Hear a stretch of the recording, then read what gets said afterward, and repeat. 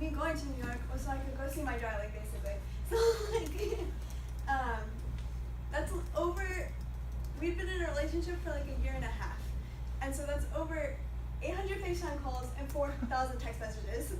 It's really hard.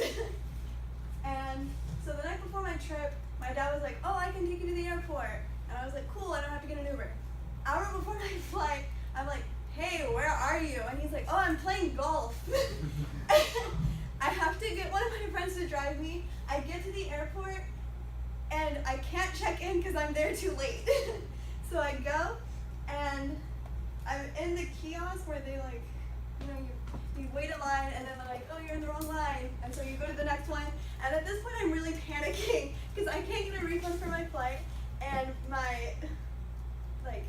I'm not adulting.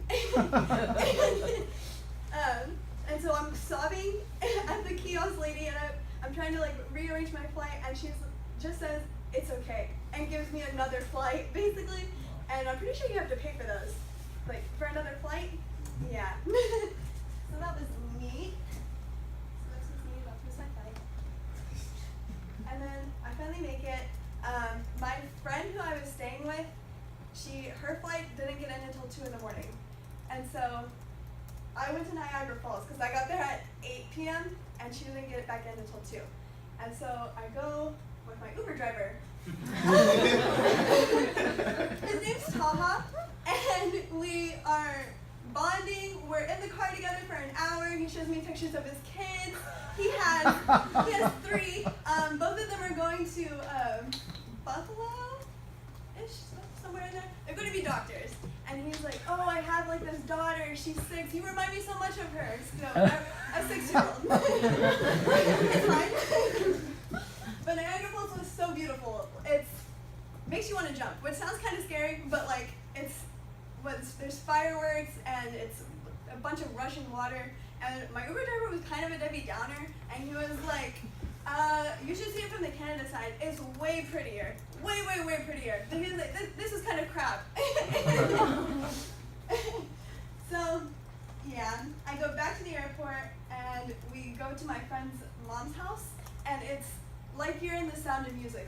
It's rolling hills, it's lush and green, and there's like everpines, and then we go to the state park in upstate New York, and it's like a 3-tier waterfall. Like,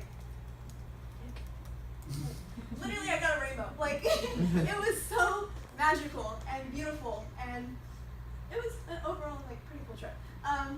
And the whole reason like I hadn't seen the person who I was gonna go see, my boyfriend at the time, was because he was working and he wanted like an all-day trip. And so like where I was staying, it was like 4 hours from where he was. And so we wanted to make it like an all-day thing. And so the next day I would go see him. That's him.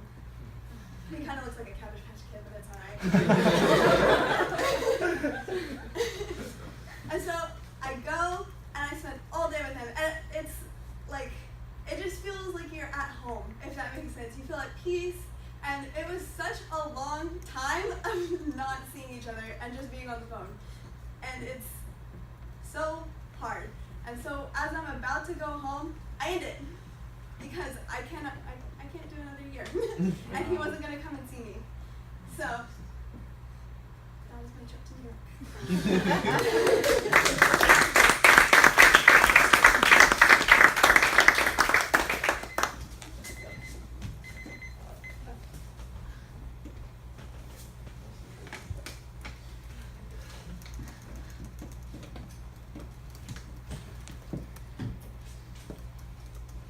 All right, Rowan, you're getting a lot of laughs, and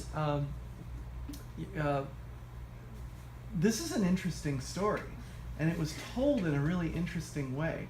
You started it off with an expression that the average person doesn't say, and I really liked it. I really like what you said. You said, this is about me going to New York to see my darling. Not my boyfriend, not my friend, not my lover, not my date for the weekend, my darling. And I thought that was really original, and I really liked that. I appreciate the mix of images that you created. The authenticity of the images lent a lot of credibility to your speech. And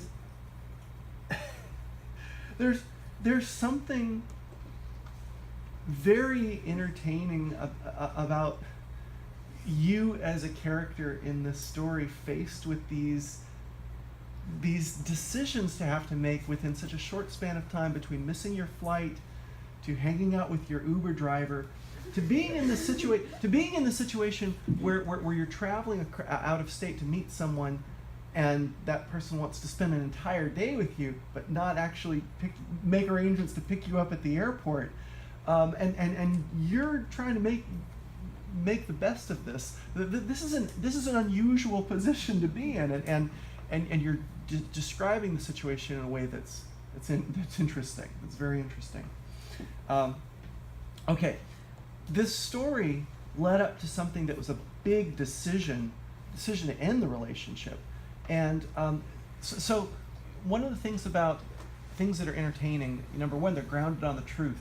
But the other thing that's most entertaining is for us to unpack the really important moments. That this is the day moment where everything changes. And clearly this trip did lead up to a point where everything changed for you and your boyfriend. You made a decision to end the relationship. You've got a minute left, and I think it would have been a wonderful gift for us to learn more about that decision and what the ramifications of that decision were. Who you are now after this point that everything has changed. How are you better from this experience? It feels like a piece that's missing.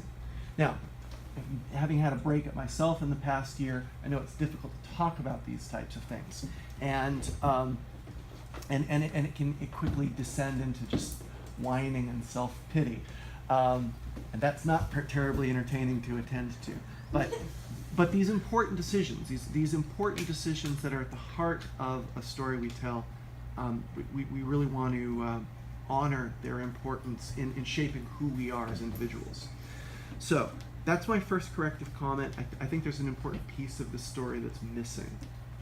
Another thing I want you to work on for me is, when describing things that happened in the past, use the past tense.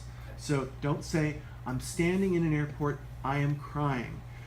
I asked the woman, can I have another flight? No, it's, I was standing in the airport, I was crying. I asked the woman, can I have another flight? She gave me another flight. She doesn't gives you another flight. That's the present tense. She gave you another flight. So use the past tense. All right. Thanks, Rob.